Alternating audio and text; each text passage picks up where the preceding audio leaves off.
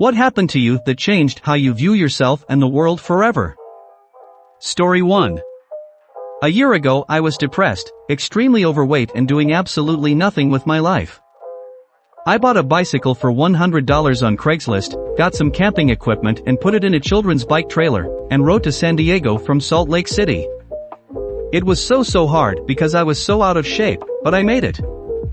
It made me realize I could accomplish really tough things if I put my mind to it, and I felt great about myself for the first time in years, and made me much more outgoing.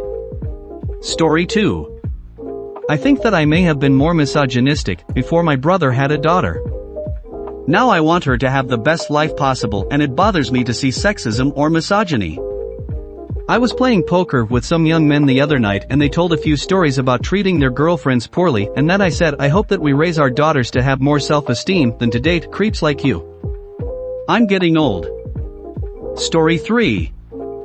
I watched my dad through the process of his divorce from my mom 6 months ago. The man had all the things you're supposed to want in life. He was married to a wonderful woman 9 years younger than him, and had 3 sons whom he was quite proud of. He had a great job, a PhD, a nice house in the burbs, a 2-car garage, 1 more car in the driveway, a summer house on a lake, and even a mistress on the side. He had all the things a man is supposed to want in life. But he wasn't happy. He didn't enjoy life. He spent all of his time working so that he could afford all of the things that were supposed to make him happy, but he never actually stopped to enjoy life or do any of the things that actually matter. He spent so much time working that he didn't have time to connect and spend time with his family. He got so caught up in his work and his desire to provide for his family the things that people are supposed to want that he grew really distant. Even when he did have time to spend with us, he had lost the ability to connect and sympathize. He didn't know how to spend time with his family. He tried to connect with us over his interests, but didn't know he needed to include our interests as well.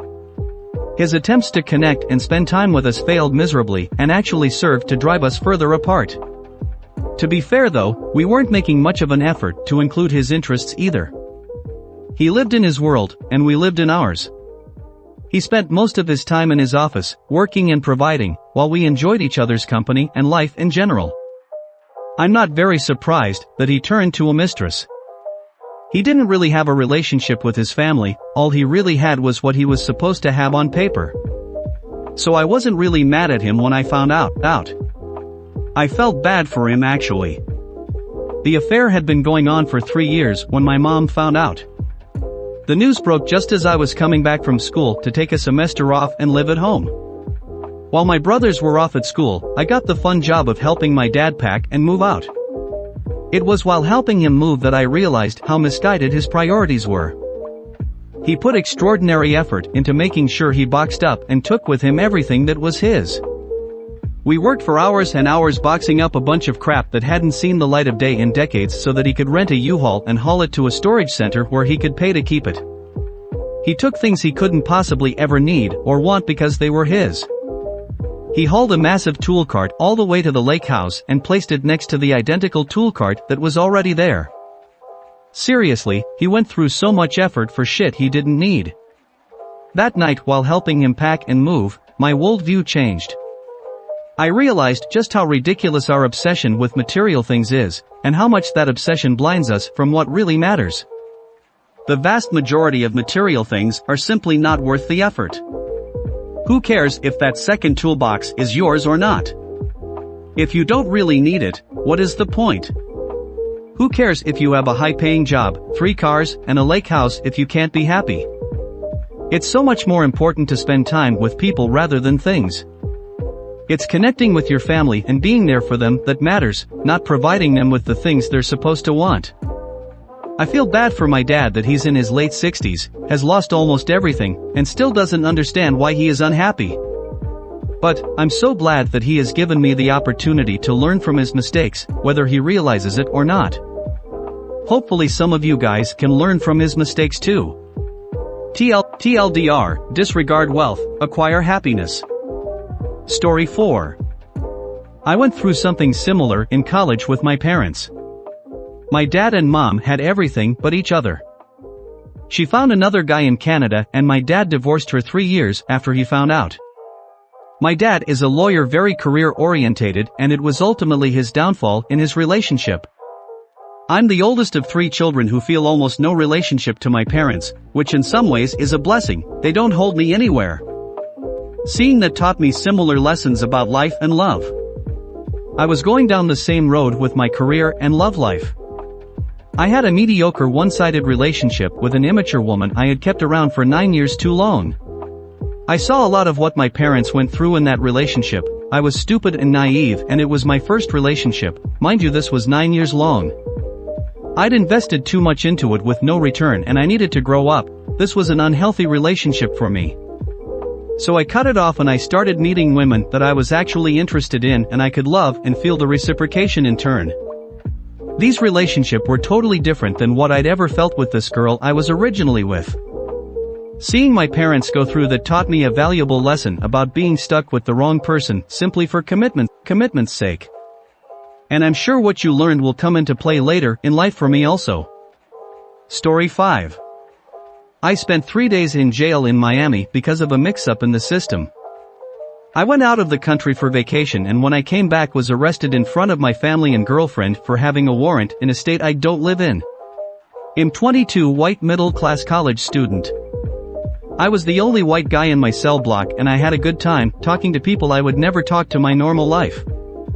I learned a lot about society, the education and justice systems, life as a gangsta, and myself. I realized that some people in society are set up for failure from birth. I learned the justice system is far from set up to help and rehabilitate people that are arrested. Jail life wasn't that bad. I would say I learned more in 3 days in jail than 3 years in college. Story 6. I work in a diner with a lot of illegal Mexicans working in the back, and I was in the kitchen one day and heard one of the guys asking for his pay. He was quiet and one of the nicest people I've ever met in my life. Everyone got paid on Sunday and it was Thursday and he still never received his money, and the boss proceeded to scream in his face saying, "I don't have your bucking money, you'll get it when I decide to give it to you. You should be lucky you're in this country at all." He walked back behind the grill with his head down looking defeated. Later in the week I was outside smoking a cigarette when he was going home for the day, and I told him how bad I felt for him and if he needed anything I could help him with. With his head down very quietly he asked if I could please bring him to the store because he needed new work shoes. I brought him to the store, and while we were shopping there were these 3 guys who yelled in out general direction shit. I didn't know Mexicans could shop. Whatever that meant, I didn't get the insult, he just kept walking. Then right before we checked out, someone yells, "I wonder how much he's paying her for citizenship." Over the course of that week I learned that as a society we aren't as intellectually evolved as we would like to believe, and that saddens me. Story 7. When I was in high school, I was really overweight and had low self-esteem. My mother got really sick of it, and took away my computer until I gained more self-esteem. Yep, she grounded me for having low self-esteem. I started reading books on bringing up my self-esteem, and it was a continuous process throughout high school and my early years in college. She did eventually give me back my computer. When I started my second semester in college, I took a boat building class, which taught us rowing as well. I fell in love with it so much that I continued working the non-profit on rowing and building. I lost 50 pounds, and my self-esteem is higher than ever. I was taught how capable I was of completing something useful, and I felt a lot better about myself. TLDR was grounded for having low self-esteem. Started building/rowing boats and lost weight. Self-esteem increased dramatically. Story 8. Due to a negligent/uninformed/retarded medical system, doctors didn't ask the right questions when they prescribed a soft cast for my girlfriend's, potentially, torn meniscus. She was told to wear it tightly, all the time except when sleeping. Apparently you're also supposed to stop taking birth control, eating tons of green vegetables, due to our diet, and a couple other things that were part of our lifestyle while you wear such a cast, or bad things could happen. And, of course, bad things happened. My girlfriend, of 1.5 years, and who also had a 5-year-old boy, developed a massive blood clot. Doctor's words, he actually said it was the largest he's ever seen, in her left thigh. It extended from her knee up into her abdomen. She has extensive vascular damage, will be plagued with medical problems in the future, and must take warfarin for the rest of her life to keep her blood thin enough so that additional clots don't potentially form, break off and flow through her blood vessels and get lodged in her brain/lungs and kill her. It's bucked. It makes me so angry to know that this could have been avoided if her caretakers were anywhere near competent. We would make trips to the hospital often when her leg hurt for some reason, just to be constantly turned away, and we were made to feel guilty for it by staff. How dare we waste their time? Christ. I won't get into the whole story unless someone's interested, but the 6 months that I dealt with my girlfriend almost dying a few times, seeing so much of her life snatched away from her, for instance, she can't ever fly now, and now she will have serious complications for the rest of her life. For something that could have easily been avoided in the first place, or could have been treated if caught on time. I lost hope in the medical system. That lost hope quickly spiraled into lost hope in society, in the machine, a la E.M. Forrester, and in people in general. The system won't help us. So few people really have any idea what they're doing, and the ones who do are spread too thin. I don't trust what I'm told unless I see it for myself. I cannot rely on other anymore, I can only rely on myself. TLDR, GF got huge life-threatening blood clot that could have been easily been avoided. Fresh out of med school, doctors shouldn't completely staff a hospital. Lost faith in the system. Story 9. Yeah, in 2008 I almost died from pneumonia. It could have been prevented if any of the 3 doctors I saw on 3 separate trips to the ER bothered to give me an X-ray early on. When I told the second doctor that I was coughing up green gunk and was having trouble breathing, he sent me home telling me that it was probably an upper resp infection, did not prescribe any sort of antibiotic, but instead told me to rest and drink lots of water. I was finally admitted into the hospital about 10 days later, after waking up with severe pain in my lung/back that literally felt like I was being stabbed every time I took even the tiniest breath in. It was pleurisy. I had to drive myself to the hospital, literally sobbing the whole way there when I then proceeded to blubber my way into the ER and collapse on the floor. I woke up in a triage bed surrounded by nurses and a doctor, still in extreme pain. So I was given some very strong pain meds and x-rayed, then admitted for a week. Later the doctor that took care of me came by to say hello and told me it was a good thing that I came when I did or it would have been too late. It was one of the worst cases of pneumonia he'd ever seen. Now I have damage to my lungs from having such a severe case of pneumonia. I've got asthma, which I never did before, and every single time I get any sort of cold, I end up with an upper respiratory infection, as I have right now, yay. I'm also a lot more susceptible to getting a nasty case of pneumonia again. I had a mild case this spring, but thankfully caught it very early on. Story 10. I never got anything but infrequent, half-hearted praise from my dad, whereas I was lectured and intimidated constantly about all the things I was doing wrong. In my 30s I still can't be convinced that another human being can be entirely satisfied with me. Had things been different, I imagine I would have had stronger and more numerous connections with other people. Instead, I have days where spending a lot of time around people is just too stressful and exhausting, and this has probably cost me countless opportunities in life. If you made it this far, please consider pressing the subscribe and like button. Now continue to the video. Story 11. I was hanging out with my friends just a few weeks ago. They didn't have any drive to do anything and hated everyone, and the only way they'd enjoy themselves is if there was alcohol around. I started thinking, what would my 13-year-old self think of me right now?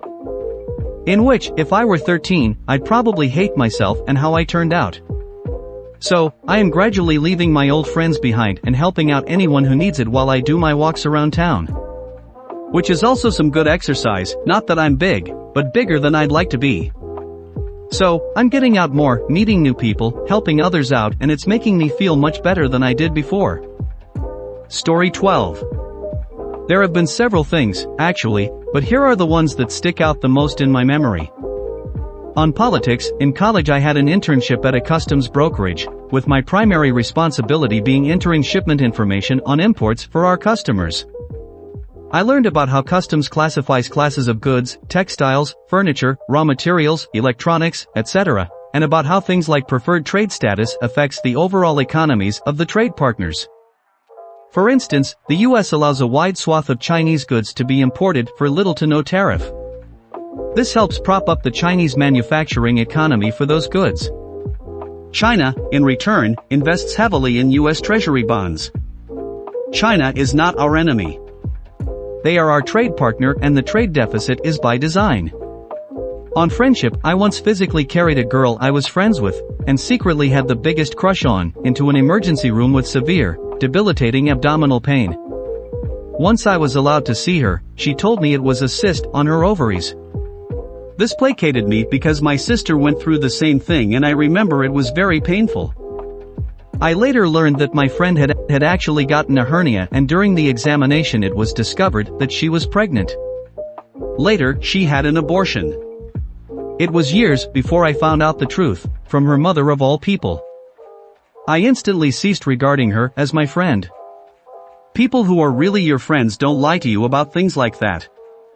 On Life, I've posted on Reddit before about my daughter being born with an immune deficiency and the process of her stem cell transplant. During her recovery, while she still had very little immune system, she contracted a virus that almost killed her. Watch your child dying in front of you. It puts things in perspective. Nothing bothers me anymore. Story 13.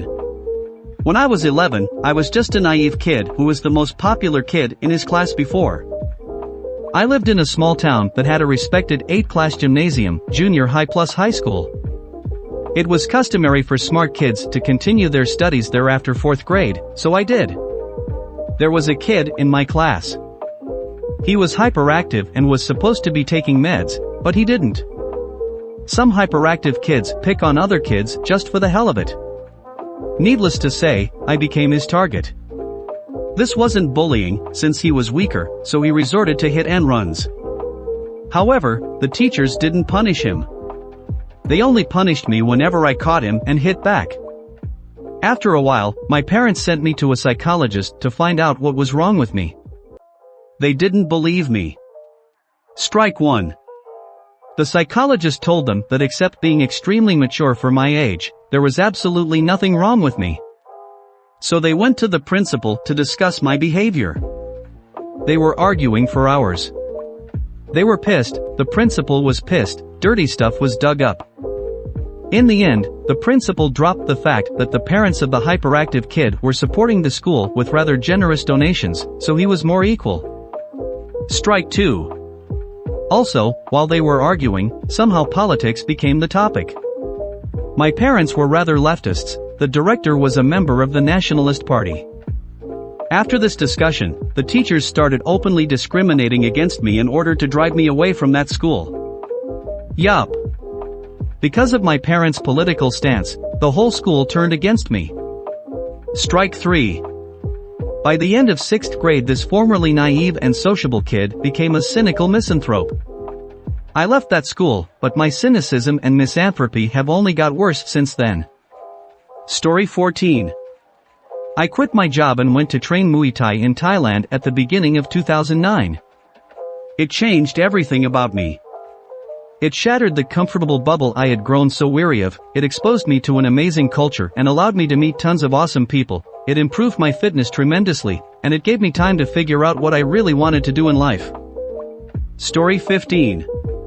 When I was in high school, my family adopted my sister from a foreign country. We stayed in the country for a few weeks after she was adopted, and on one day we went to see the orphanage my sister lived in for the first year of her life. It was to date probably one of the saddest things I have seen in my life. We are so used to seeing 1-year-olds loved by their families, and to see them just lying there staring at the ceiling was heartbreaking. My parents brought some toys to give to the kids at the orphanage, and while we were handing them out I started to think about it and suddenly realized that these kids could have all the things and toys in the world, but the majority of them will never experience a real family. They will never get to have a real family dinner, or the support of a parent, and toys or things can never ever replace that. After I got back, I felt very different from my friends who were excited over the latest cell phone or video game, still in 9th grade, and it took me a while before I was able to relate to my friends again.